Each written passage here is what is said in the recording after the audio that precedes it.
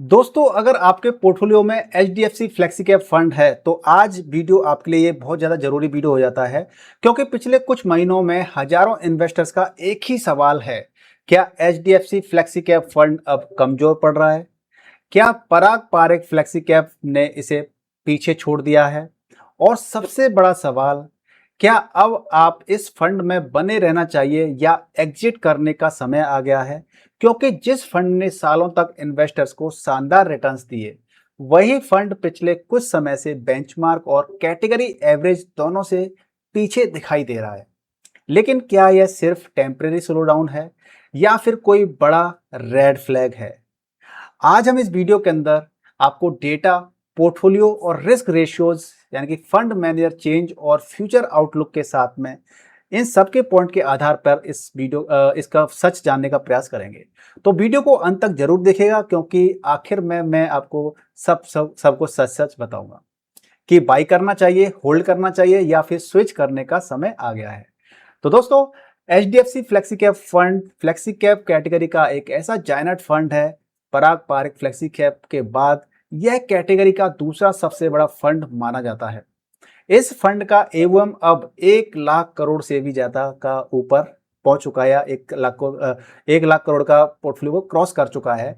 यानी कि लाखों इन्वेस्टर्स का पैसा इस फंड में लगा हुआ है। लेकिन सबसे बड़ा सवाल यह है कि इतना बड़ा फंड होने के बावजूद पिछले कुछ समय से इसकी परफॉर्मेंस पे सवाल क्यों उठ रहे हैं। इसी का जवाब आज हम बेसिक से लेकर के एडवांस लेवल तक समझने का प्रयास करेंगे। तो सबसे पहले फंड की बेसिक डिटेल देख लेते हैं। जैसे कि ये 1995 में लॉन्च हुआ था। इसका बेंचमार्क है निफ्टी 500 टीआरआई एवं 1 लाख करोड़ प्लस है।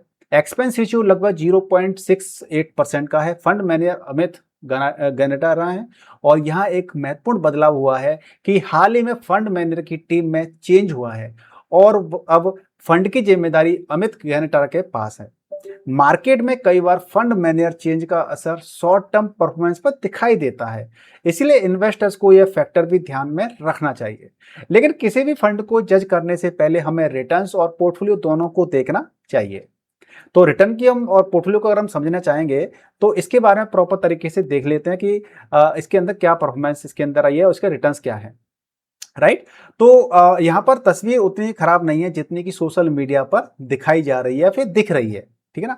पिछले 10 साल का एवरेज रोलिंग रिटर्न की अगर बात कर लेते हैं तो 70% के आसपास रहा है, जो किसी भी फ्लेक्सी के फंड के लिए शानदार माना जाता है, शानदार रिटर्न्स माने जाते हैं। और अगर आप 5 ईयर रोलिंग रिटर्न्स देखें तो करीब आपको एवरेज करीब 19% के आसपास आपको रिटर्न मिले हैं, है ना। और यानी कि लॉन्ग टर्म कंसिस्टेंसी अभी भी मजबूत दिखाई दे रही है। अब सीएजीआर रिटर्न देखें अगर हम, तो 10 साल के अंदर पिछले 10 साल का लगभग 16.6% का रिटर्न है, पिछले 5 साल का लगभग 18% का रिटर्न है, पिछले 3 साल का लगभग 18% का रिटर्न है और पिछले 1 साल का लगभग 30% का रिटर्न हमें मिल रहा है। अब सुनने में सब कुछ अच्छा लग रहा है, लेकिन समस्या कहां पर है आखिर? समस्या शॉर्ट टर्म परफॉर्मेंस में है। पिछले 6 महीने और 3 महीनों में फंड नेगेटिव रिटर्न जोन में चल रहा है। अब यही कारण है कि इन्वेस्टर्स घबराए हुए हैं। लेकिन यहाँ एक बात आपको याद रखनी चाहिए कि म्यूचुअल फंड की असली परीक्षा 3 महीने या फिर 6 महीने में नहीं होती है।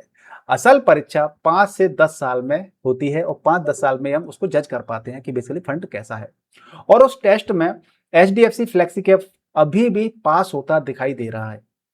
अब देखते हैं कि फंड सिर्फ रिटर्न ही नहीं दे रहा, बल्कि रिस्क को कितना कंट्रोल कर रहा है, यानी रिस्क को कितना कंट्रोल कर रहा है। क्योंकि स्मार्ट इन्वेस्टिंग का मतलब सिर्फ रिटर्न नहीं होता है, बल्कि रिस्क एडजस्टेड रिटर्न होता है। फंड का डाउनसाइड और जो डाउनसाइड कैप्चर रेशियो होता है कैटेगरी एवरेज से काफी बेहतर है।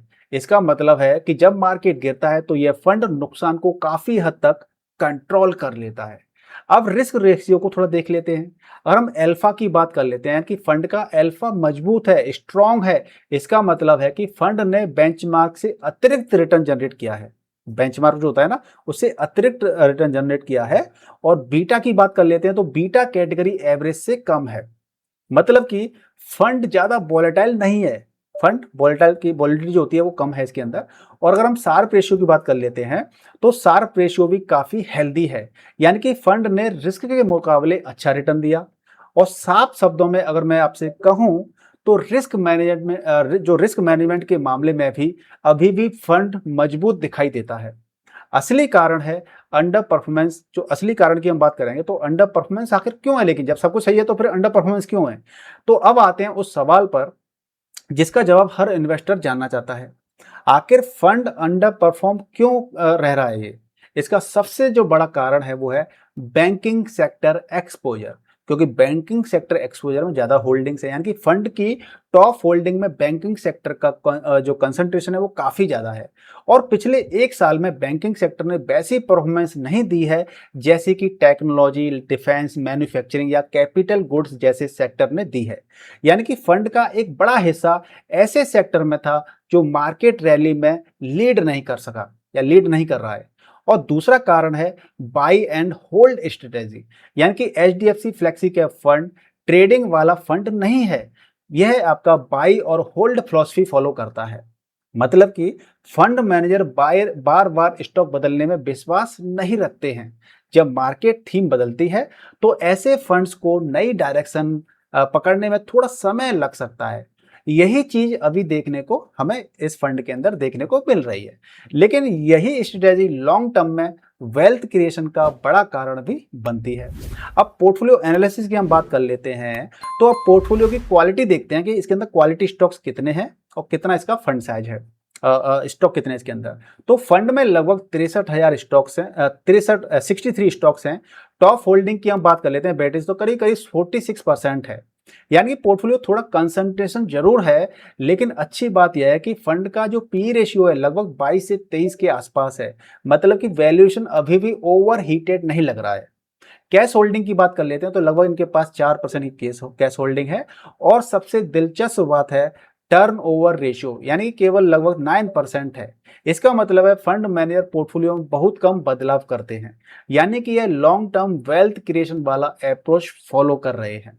एसेट एलोकेशन अगर देखते हैं हम लोग तो लार्ज कैप में लगभग 77% जो कंपनी लार्ज कैप होती हैं उनके अंदर इन्वेस्टेड है। मिड कैप की बात कर ले तो लगभग 9% है। स्मॉल कैप की बात कर लेते हैं तो लगभग 7% है। यानी कि फंड फिलहाल डिफेंसिव पोजीशन में खेल रहा है। और शायद यही वजह है कि रिस्क भी कंट्रोल में दिखाई देता है। और अगर हम आप बात कर लेते हैं फ्यूचर की इसकी, कि इसके फ्यूचर में इसके हालात कैसे हो सकते हैं, तो अब सबसे महत्वपूर्ण सवाल क्या होता है, यानी आगे क्या होगा। तो मेरी पर्सनल अगर एनालिसिस की बात कही जाती है तो मेरी एनालिसिस अनुसार अभी फंड में कोई स्ट्रक्चरल प्रॉब्लम दिखाई नहीं देती। अंडर परफॉर्मेंस का मुख्य कारण सेक्टर एलोकेशन और मार्केट साइकिल है। फंड मैनेजर चेंज भी हाल ही में हुआ है, तो ऐसे में जब नई टीम आती है तो नई टीम पूरी अपनी स्ट्रेटेजी को लागू नहीं कर पाती है, तो उसको लागू करने में थोड़ा समय लगता है। और अगर बैंकिंग सेक्टर आने वाले समय में रिवाइवल दिखाता है तो यही फंड फिर से स्ट्रॉन्ग कमबैक कर सकता है। इसलिए शॉर्ट टर्म नंबर्स देख करके घबराने की आवश्यकता नहीं है, क्योंकि शॉर्ट टर्म में हम जब नंबर्स देखते हैं तो हम घबरा जाते हैं और उसका गलत इंपैक्ट पड़ता है हमारी स्ट्रेटेजी के ऊपर। तो आखिर वर्डिक्ट क्या है, एग्जिस्टिंग इन्वेस्टर्स आखिर क्या करें। यानी कि अगर आप पहले से ही इन्वेस्टेड हैं तो मेरी राय आपके लिए ये है कि पैनिक सेलिंग की करने की आवश्यकता नहीं है। और जो न्यू इन्वेस्टर्स हैं, अगर आप स्टेबल और large cap oriented flexi cap funds चाहते हैं तो एचडीएफसी फ्लेक्सी कैप और अभी भी एचडीएफसी फ्लेक्सी कैप फंड को आप अभी भी कंसीडर कर सकते हैं। और अगर हम रियलिटी चेक की बात करें तो यह fund high risk high return वाला एग्रेसिव फंड नहीं है। बेसिकली यह एक मेच्योर, स्टेबल और लॉन्ग टर्म वेल्थ क्रिएशन वाला फंड है। और याद रखिएगा, आपको याद क्या रखना है कि महान फंड, जो अच्छे फंड्स होते हैं, उनकी पहचान 6 महीने की परफॉर्मेंस से नहीं होती, बल्कि 10 साल की या हम यूँ कहें 7 साल 5 साल की कंसिस्टेंसी परफॉर्मेंस से होती है। अगर आपको लगता है कि एचडीएफसी फ्लेक्सी कैप फंड अगले 5 से 10 साल में फिर से आउट परफॉर्म कर सकता है तो कमेंट में होल्ड जरूर लिखिएगा। वीडियो पसंद आया हो तो वीडियो को लाइक करें, शेयर करें और चैनल सब्सक्राइब करना बिल्कुल भी ना भूलिए। मिलते हैं अगली वीडियो में। Thank you. जय हिंद। Happy invested.